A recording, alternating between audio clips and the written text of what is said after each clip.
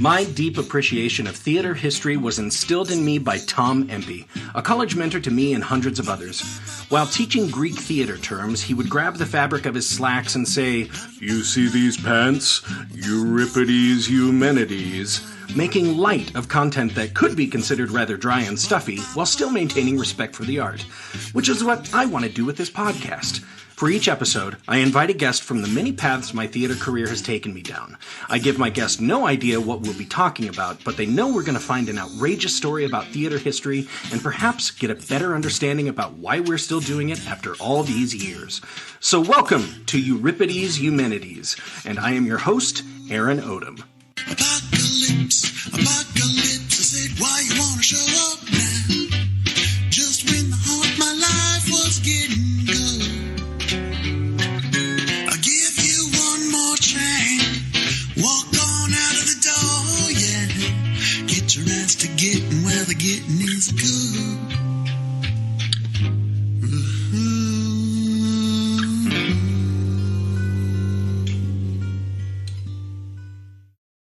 Hey there, friends and listeners. This is Aaron Odom from Trident Theater in Sheridan, Wyoming, coming to you for another episode of Euripides Eumenides, a theater history podcast. If you are a regular listener, one, I want to say thank you very much. If you are not a regular listener, I welcome you to the show today. But going back to that, if you are a regular listener, you will know that this is the follow-up episode to a two-part episode on Colossal Flops in commercial theater history, in which I got Laurel Rockall from the podcast Hightailing Through History to be my guest. Pretty much blew her mind already, but I guarantee you, my listeners, you are going to be right along with Laurel in this one, in that oh boy, we go big here today. So thank you all for listening. It's been a little bit of a strange time for me. I had a death in the family. My dad passed away on May 24th, 2022, and kind of rocked my boat for a little while. So I'm back here though, and I just think it's appropriate. I want to dedicate these last two episodes to him. He loved hearing what I had to say and do, and this would have been no different. So Jerry Baker, I know you're out there listening, but these episodes are for you. And with that, on to today's episode.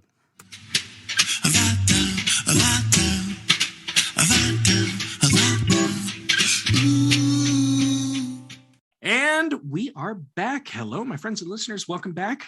We are talking with Laurel Rockall about colossal flops that have happened in commercial Broadway and West End history. Laurel, I hope I gave you a little time to recover there. Yeah, I had to just stand up and do a few breathing exercises, get work on my posture, inhale. Oh, okay. Ooh, settle. Okay, yeah. Bring it back together. Now, I'm ready. Now I have to go back to the statement that I started this episode. There is no producer. There is no musical writer. There is no actor. There is no director who gets into a show who thinks it's going to fail. They all, especially if you're in the realm of actual creation of it, like you're getting the money and you're getting everything together. I mean, honestly, I'll take it back to my episodes 9 and 10, which I know you've listened to, on Spider-Man, the Spider-Man musical. Yes. There was a lot of faith in that project. And those of you who've listened to the show, my son Ethan and I, we watched it. There's a bootleg edition that finally came to Broadway, and we watched it. We went, yeah, there's some problems with a few of the songs, and the story kind of derails a couple times, but all in all, I had a fun time. Right. Okay. For crying in the rain, you watch Spider-Man and Green Goblin fight above the crowd, and Spider-Man whipped around the stage and jumped in the balcony and was standing next to you as a little kid. Oh, that's amazing. It ran for 2 years. So when people talk about huge flops, they're waiting for me to talk about Spider-Man again. And I'm like, I have to let you know, it didn't flop. It just lost a fuck ton of money. Damn. When you talk about flops, they go out and they are there for just a little bit and never seen again. Right. So we're going to talk about some of these that came from the West End here. All right. Okay, here we go. Guts are relaxed. Back to London. All right, here we go. Which? Now I'm going to help you out there a little bit. The first witch is WHICH, The second is WITCH. So it's like which started the coven. Okay, that's I'm just putting it into context so you understand what I'm talking about. We have a sandwich shop called Which, but it's just the second way to spell it differently. Yep. So Which the musical, I got most of this from my primary source is Overtures, a musical theater history archive. And this article was written by a gentleman named Patrick Hayward. Which comes to us from Norway. And it's based on a 15th century diary account of the romantic tribulations of a young couple, an Italian girl who falls for a German bishop and sees the two run through all types of religious persecution because, well, a clergyman has taken a vow and he's not supposed to break that vow. Yeah. And the only person who could possibly seduce a clergyman to break his vow is obviously a witch, right? Oh no, this seems like a problem. Okay. I have just pitched you the musical. Hey, why don't we do this musical? Okay. Now, I do have to state that there's something about all of this. After the 1980s, where you have shows like Phantom of the Opera, you have Les Mis, you have Cats, you have Miss Saigon in the early 90s, these huge shows. And you have the idea that your show could be the next Cats. Everybody is coming out swinging with huge, outlandish ideas that they put tons of thought into, lots of spectacular set work and design work and, light work and everything. So yeah, we can spice all of this story up about a witch hunt, right? That's kind of what I was feeling. Yeah, like Salem witch trials, sort of. Yeah. This play ends with the heroine being burned at the stake and her lover not being able to stand seeing her pain joins her in death on the pyre. Curtain. Sounds like a fun night at the theater, doesn't it? Oh, I just feel like I heard the hushed silence over the crowd. Like that, everyone was just like, oh no. Like, and then like the crunch of popcorn. Now, this show was written by Norwegian contestants of the Eurovision Song Contest. What in the hell? So it was pretty popular in its homeland, despite the source material. The source material was also a fun, popular story in Norway. Which had been developed over many years in the 80s, and its buzz got all the way to Andrew Lloyd Webber, who invited the composers to his home in London to perform the entirety of the show.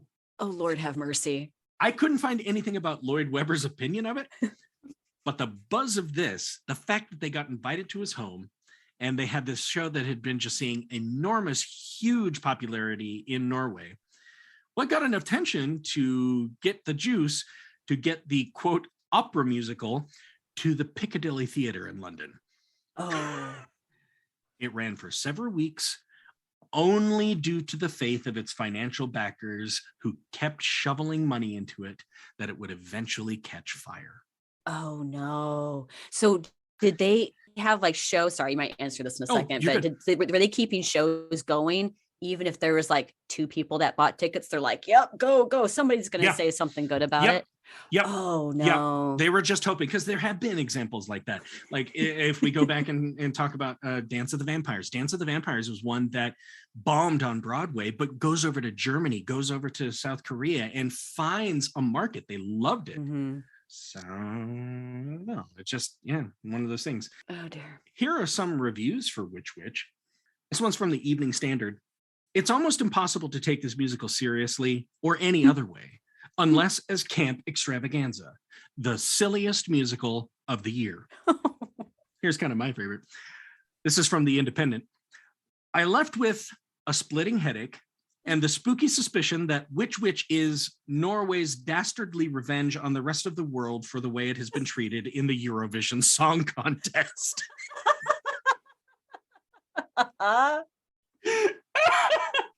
I mean, Laurel, the opening number is from the Grand Inquisitor of what becomes this witch hunt. And he talks about all kinds of signs of witchcraft and everything, and actually refers to, you may find your privates hanging from a tree. That's how you know you've been a victim of witchcraft. Are they? I have questions. Sorry, sir. Excuse me, sir, Mr. Witchfinder General. Hello. Sorry. Yes. Are they still connected to me, or You're are they like witch! off of me and they're on the tree? What's? Oh no, I'm not. Don't question. You're a witch. There is a full production of this you can find on YouTube. I watched that opening number, and as soon as the Grand Inquisitor was done, it was almost like people were prodded to applaud. It was like that sarcastic clapping, like, yeah. Way to be. How long is this? 3 hours later, the curtain drops. Oh, and probably my favorite, the executioner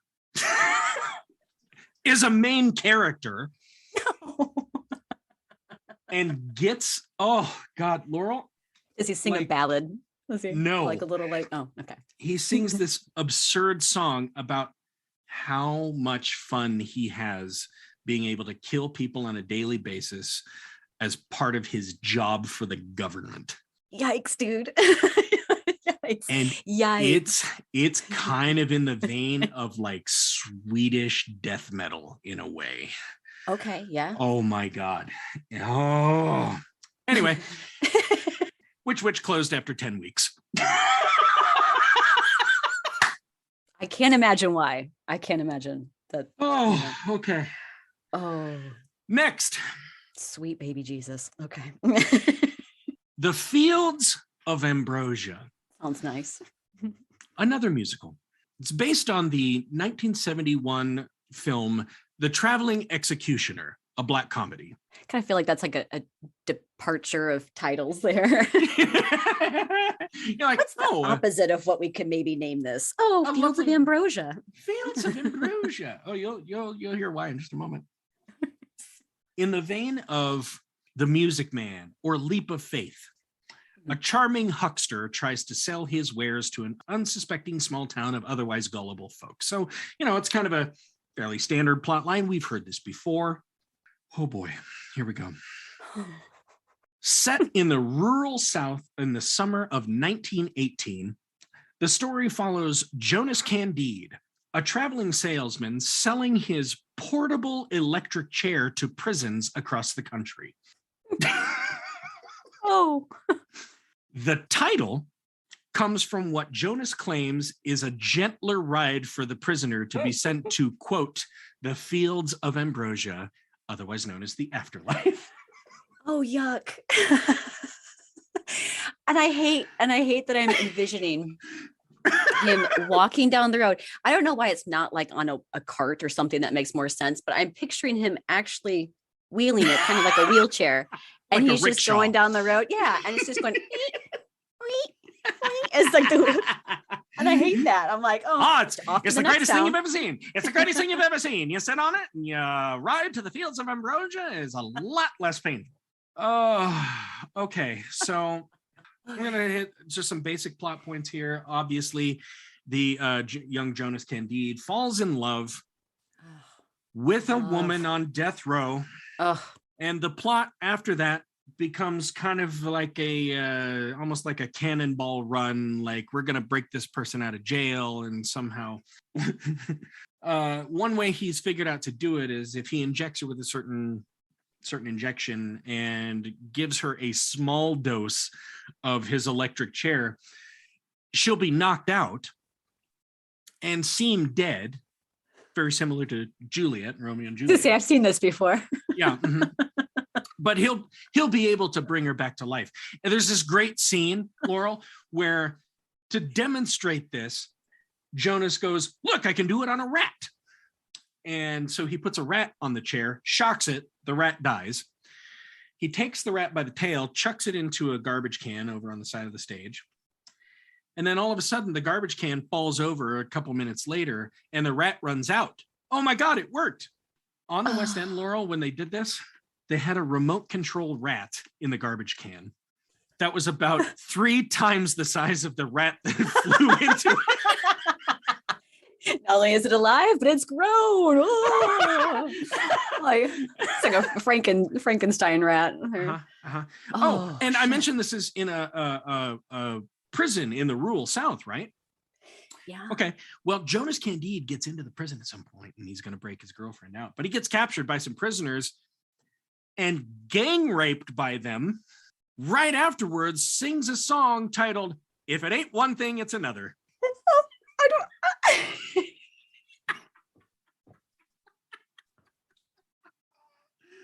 What? Oh. This is absolutely batshit crazy. Batshit bonkers. Yep, Just.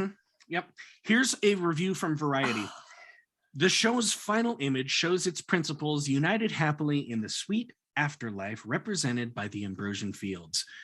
It's because they got caught in a fire started by his fucking electric chair. But the moment merely nails the lid on an evening consisting of one kitsch classic after another. Joel Higgins, who plays the lead and also wrote the book and lyrics, is hardworking and charmless in equal measure. So too are the lyrics. Here's one. The fields of ambrosia, where everybody knows ya. Stop it. Oh, I'm not even done with the review. Here we go. Oh. The lyrics are set to music so deafeningly amplified and dully orchestrated by Harold Wheeler that it is virtually impossible to assess a score disguised as a screamathon. I can't.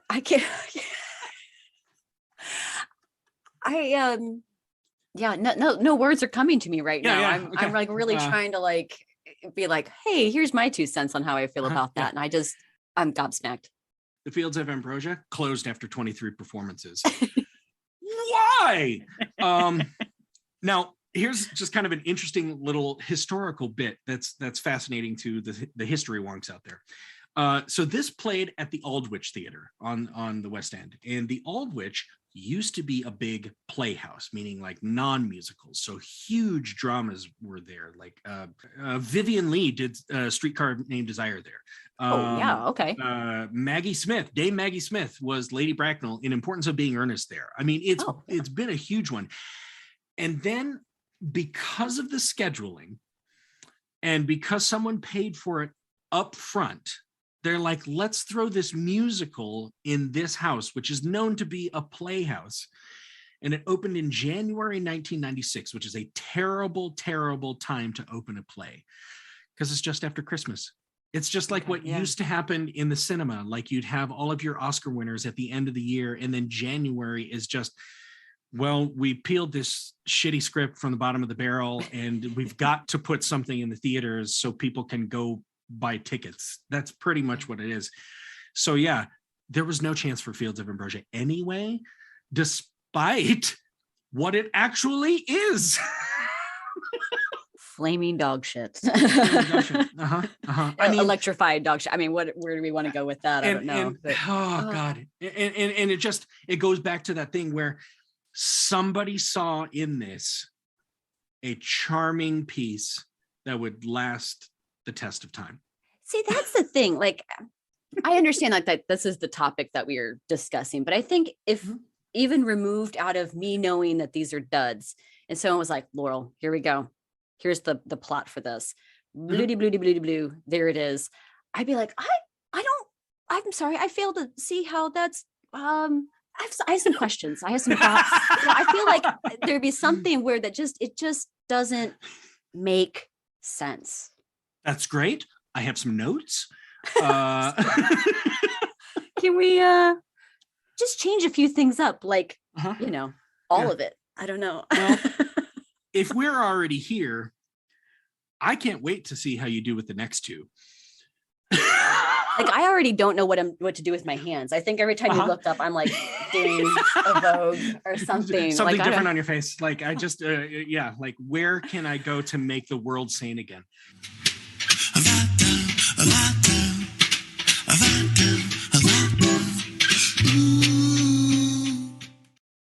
Okay, here's one that hit Broadway called In My Life.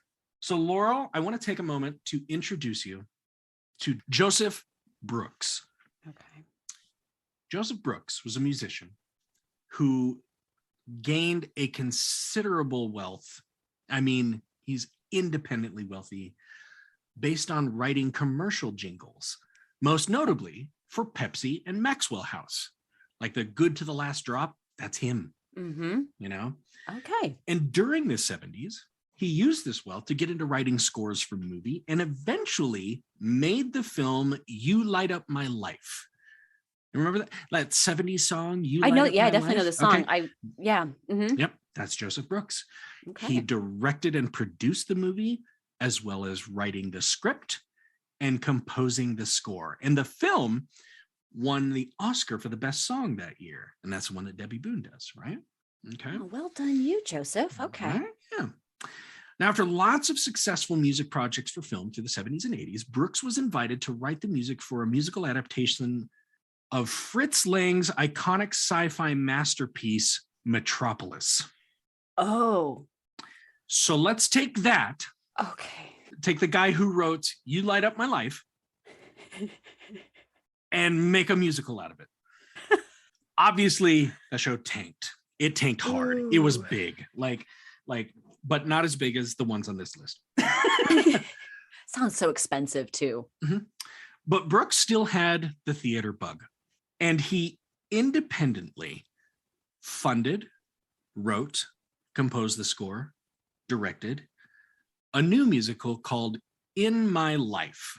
And I don't even want to summarize the script. I'm going to go ahead and let this review from Theater Mania say it for me. It's kind of longer, but here we go. Some people insist there are certain subjects that shouldn't be turned into musicals, but I disagree. I think it's completely within the realm of possibility that a stunning tuner could be created about a protagonist with Tourette's syndrome.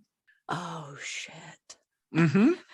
Who meets a young Village Voice employee who may be suffering from obsessive compulsive disorder and successfully dates her despite his occasional obscene outbursts and sudden tremors. Yes, I'm sure that a great show could be written in which the Tourette's-afflicted major figure who has also lost his mother and 12-year-old sister in a freak traffic accident, and having fallen in love with the voice, this OCD voice personal listing staffer, discovers that he's got a life-threatening brain tumor. This doesn't sound heavy at all. No. I'm convinced that a simultaneously entertaining and enlightening song and dance piece might be crafted wherein the Tourette's Fellow's fortunes are in the hands of a couple of celestial figures caught between the pole of operatic tragedy and music hall comedy. End quote. What?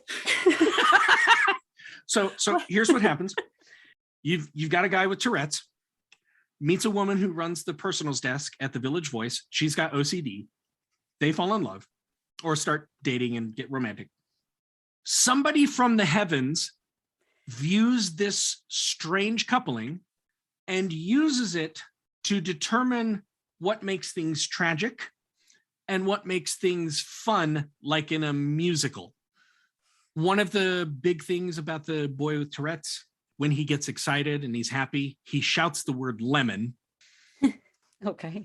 And the play ends with a gigantic lemon suspended over the stage. Oh. I have some notes. You maybe ixnay the lemon Eminley.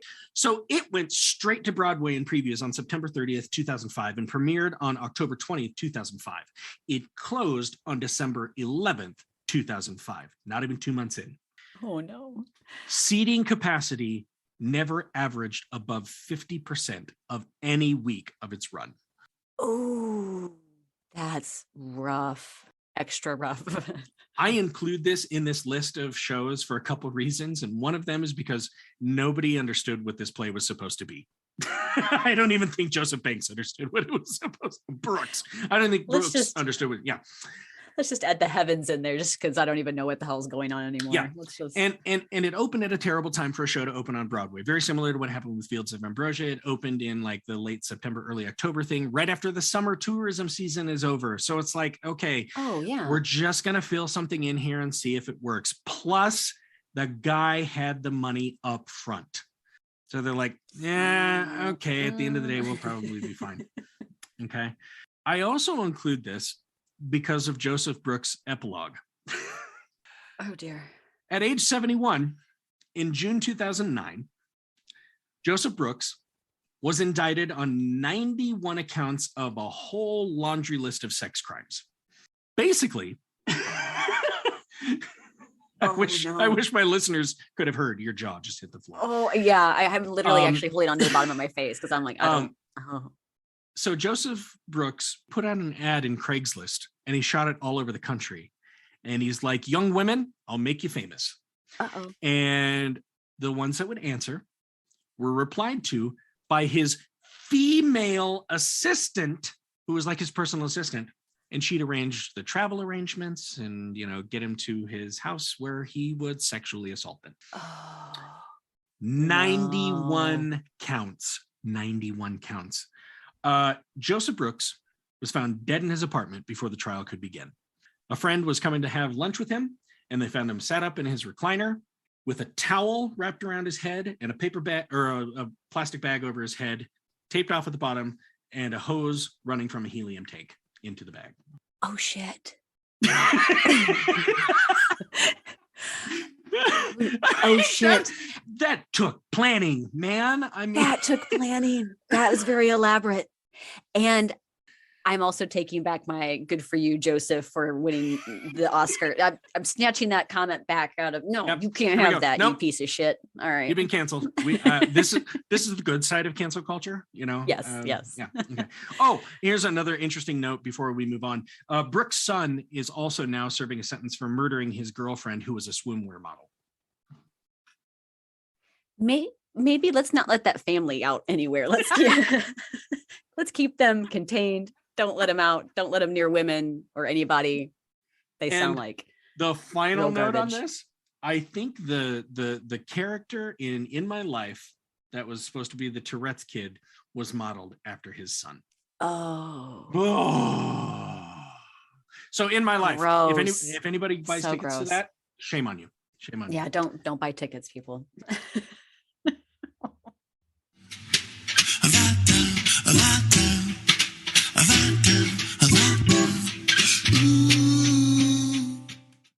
Okay, I think I found the championship here.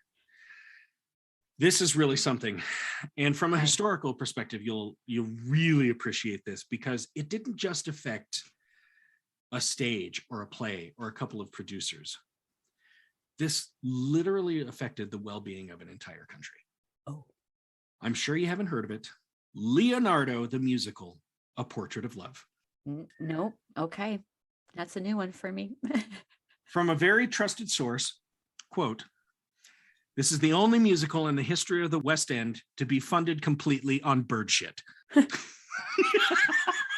Literal or figurative? I mean, completely, literally, and I'm not even kidding. Here we go. We've had so many surprises. I had to ask. Hey, Laurel, have you ever heard of the Republic of Nauru? Nauru? I have to say no, except my brain is like, yes. That sounds familiar. Okay. Yeah. It's a small island nation in the South Pacific, population of just over 10,000 people, square mileage about 8.1 square miles. Oh, wow. Primary export, phosphate for agricultural purposes, basically fertilizer. Where do they get it? Nauru is basically a nice stopping point for island hopping seagulls to take a dump. Years and years of stratified gull shit, or more politely, guano, allowed Nauru to be wealthy in proportion to Saudi Arabia. Holy hell. What? What is Nauru? Oh, goodness. Good job. Okay. Nauru gained its independence in 1968. And once it did, it's like, hey, we got a lot of shit we can market here. So let's get busy. They got full into phosphate mining, extraction, and trade. And after its boom in the 1970s, where I think I looked this up and I really don't understand economics, but I'm gonna say it this way. The gross domestic product per capita meant that every person had a wealth of about $50,000 in the mid 1970s, which is equivalent to $2 million today. Mm-hmm. So to put that in perspective, today, the U.S. gross domestic product is like $24 4.09 trillion, which would allow everyone in America to have like a relative wealth of around $68,000. So for every citizen in Nauru to be eligible for up to $2 million. Yeah, I mean, good for you guys. That bird shit went a long way. Yeah. Now, after its boom in the 1970s, Nauruan phosphate exports decreased exponentially, so the economy struggled through the 80s and 90s. So the Nauruan government looked for a lot of other ways to generate wealth, including being a tax haven for the super rich to set up offshore accounts. This also included a lot of organized crime. Oh, no. I can't even tell you how many millions of dirty Russian mob money went through Nauru. Oh, yeah.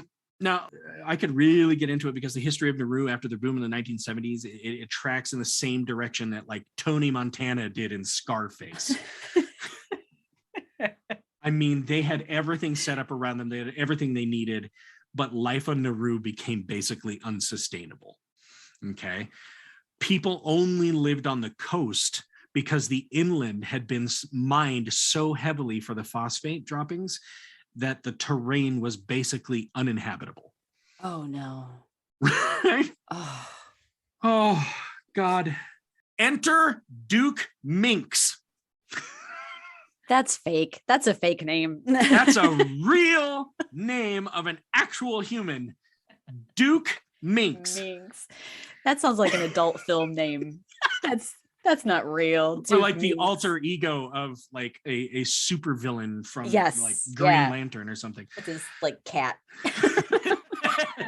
Or something. Well, Nauru, it looks like you're in quite a spot. Now, Minx was a banker way high up with Citibank in Australia, and Nauru was one of their major clients. Minx has a bit of an interesting history, though. He used to be the road manager for an Australian one-hit wonder boy band in the 1960s called Unit 4+2, which is why I sent you the song Concrete and Clay. And it's such a good song too. You're like, you sent it and I was like, oh, okay, what's going off my shoulders here? Okay, this is a fun little ditty. It's a little bop. Yep. Yeah. Apparently, with Concrete and Clay, they knocked the Rolling Stones off of the charts for 1 week with that tune in 1960. No way. Minx remained good friends with Tommy and Greg Moeller, the musicians in Unit 4+2. Minx and the Moellers had developed a really swell idea to write a musical based on one of the most influential people in Western history, Leonardo da Vinci. Okay. So here we are, early 90s. We've seen Les Miserables. We've seen Cats, we've seen Phantom of the Opera, we've seen Miss Saigon, all these huge musicals with great big ideas that they're like, okay, I've got one more. Let's capitalize on this big name and see what we can do with it. It's a pretty simple plot. It was a love triangle between Leonardo, the Mona Lisa, and some soldier that the Mona Lisa was betrothed to, but didn't like very well because he was kind of abusive. The Mona Lisa, like the painting, or the woman that was Mona Lisa? The woman in the Mona Lisa. Yeah. Mm-hmm. Okay. Because I was worried that like he would come up and see the painting. He was like, I think this is an amazing painting. And she's looking with her moving eyes all the time. And she goes, that guy. I am in love, but I can't step out of my painting. Okay. The actual woman. Leonardo takes his painting to a priest and goes, she's the one. I've painted the perfect woman. All right. If you know anything about the life of Leonardo, you know this is pretty preposterous because already there is so little information about the private life of Leonardo. And at one point, he was accused of sodomy along with 3 other men and a male prostitute, but there was so little evidence that the case got thrown out. But of course, you might have heard it at some point along the line. There are a lot of suspicions that he was gay. Yes. Yeah. Okay. So for him to be in a love triangle with a woman and another guy, yeah. And even one of the guys who wrote it, I think it was one of the Moellers, he's like, yeah, we took a little autistic license. No saying. No, really. You don't say. No saying. Who says that? In any case, Minx and the Moellers thought that having an idea for a musical, never having done one, or really been a part of one, they can make this one fly in one of the biggest commercial theater markets in the world. Oh, wow. I mean, okay, yeah. But they needed money, and a lot of it, and from a source that was looking to re-legitimize itself on the world stage. Oh, Duke Minx has an idea. He'll ask the nation of Nauru to fund the development and run of their production. Oh, this can't go wrong at all. Like he is oh no. So here's a quote from Tommy Muller of the Unit 4+2. Duke was so well in with the Nauruans, and because Nauru was famous for bird droppings, I thought maybe they'd like to brighten their profile with a musical about one of the greatest brains of all time, Leonardo da Vinci. End quote. Oh, I just thought it'd be a good idea. Okay. All right. Thus, Leonardo the Musical, A Portrait of Love, was put into development with eyes on opening in London's West End, led by showrunners who had never done a musical before, much less one of such scale. Now, if you've listened to my episodes before, it's actually pretty rare that pure genius alone can make a musical succeed. Quite often, it takes the careful study of what has come before and the ability to be a self-critic and understand your own assets. So you go like Jonathan Larson, when he wrote Rent, he goes, okay, I see what Rodgers and Hammerstein did. I see what Andrew Lloyd Webber did. I see what Howard Ashman and Alan Menken did. How can I take what they did and apply it to myself? What can I do that goes that far? Right. Okay. Brilliant. Lin-Manuel Miranda does the same thing. Okay. Basically, for this show, the only assets that were of concern were who's going to cover the check. This island here, like, let's let the whole island just sign one of those big ass cardboard checks. And my God. Oh my God. The Nauruan government was utterly charmed by the idea. It was a show about one of the most well-known names in history, and it was going to fund some art going into the world. That would improve Nauruan relations with the world, right? Full steam ahead. Oh, my heart hurts. These poor people. They've just been hoodwinked, sort of. Oh, yeah. Oh, the people were furious. They were like, you got to be kidding me.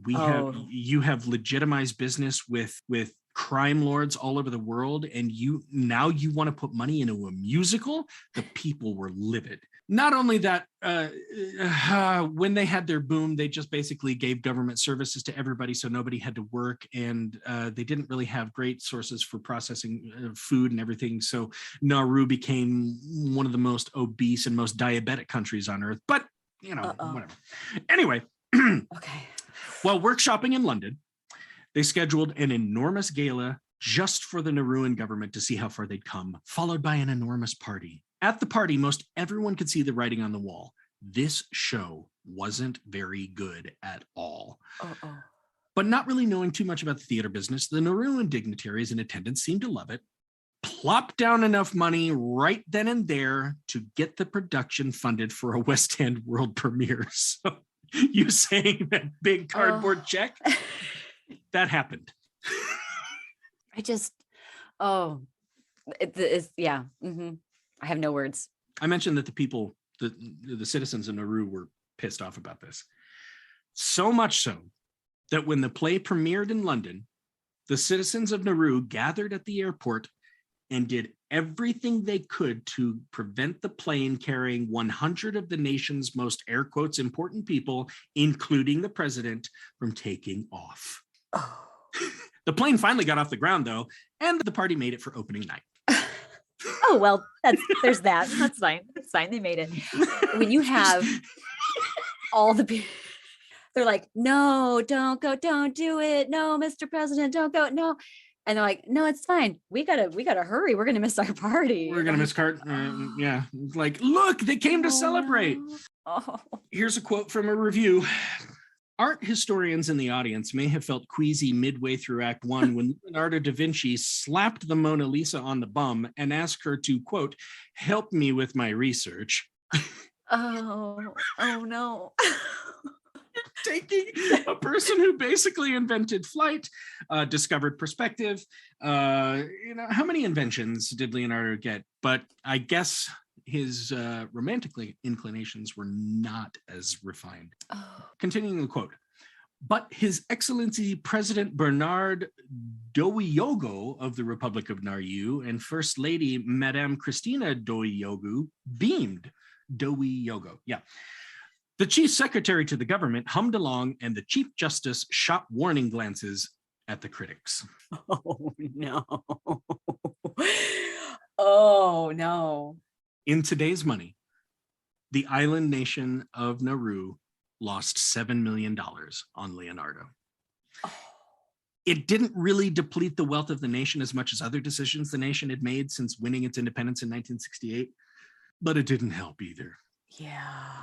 Today, Nauru is no closer to getting out of its economic hardships than when it first sponsored Duke Minks to put on a play with the hopes of touring the world. Fuck you, Duke Minks. And that, Laurel, is the story of Colossal Flops. Oh, I mean, bravo, but also, wow. I mean, the oh no's don't cover it. Like, I just kept going, oh no, oh no, and it got more, oh no, it got more shaky. Like, I had a hard time putting this one together. Like, I just kept finding these shows and going, okay, well, I'll put this one here. And then I'm like, no, this has to be an escalation. Okay, we'll start with a couple that, like, they ended poorly and didn't play well. Then we'll do one where it's like, it's infamous for being the worst play on Broadway ever. Then we'll come up with these ideas that were like, who in the hell would ever think this is entertaining? Ugh. And let's go ahead and bankrupt a government. I kept thinking, like, throughout that, were the people of Nauru, were they like hoodwinked into this? Like, you know, were they kind of like tricked into doing this because they didn't have the understanding of, it's not like they had, you know, lots of theater under their belt? Or were they like, oh no, like, was Duke Minks a total garbage human? I guess is really what I'm trying to ask. No, I will say, I think he was just so optimistic about its chances. He just needed to fund it. Okay. You know, he was originally from the UK, moved to Australia.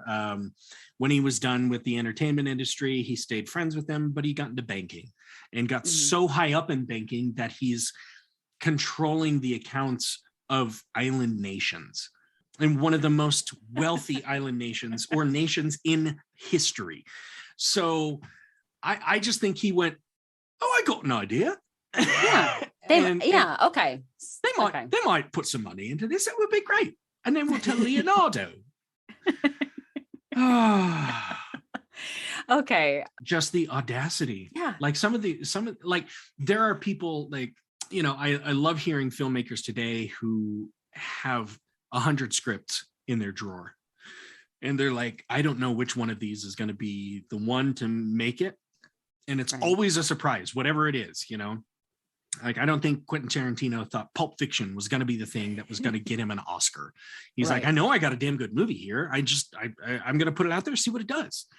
And for some reason, it plucked the heartstrings of the zeitgeist, and now it is cemented in cinema history. Right. Every one of these guys thought that too.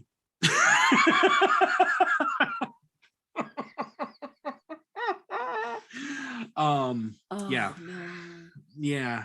Wow. And I mean, at least, you know, at least out of any of these, at least Noel Coward kind of ended up with some success at the end.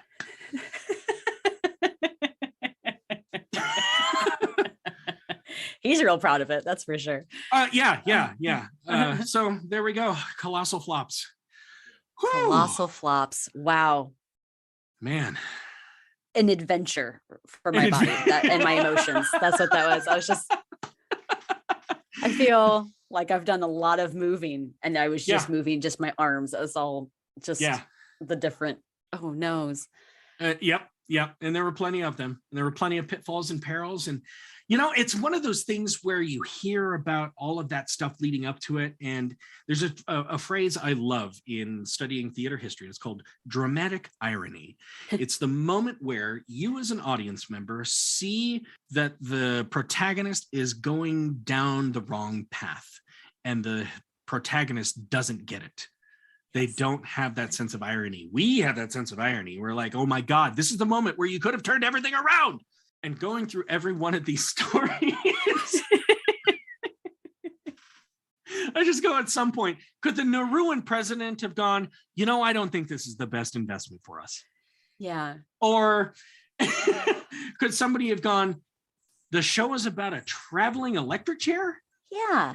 Things like that and I tried to remove myself from that. I'm like, I'm hearing this and I know ahead of time that it's a flop. Again, I have that dramatic irony there listening to these stories, but I was going, but this still doesn't sound like a good idea. I'm no producer, however. Even Ivor Novello in Sirocco was going, this probably isn't going to work out. We probably shouldn't do this. And Coward's like, come on. To the point where the deaf director thought they were cheering. Oh, no. Oh, boy. Well, there we go, gosh. Laurel. You feeling okay? You going to be able to sleep well tonight? I'm gonna, yeah. Well, I feel like I've done a workout of some sort, I'm gonna sleep like a baby. There you go. Maybe that personal training is coming back, and we'll do some laugh therapy. No, I'm just kidding. Keep up with your podcast.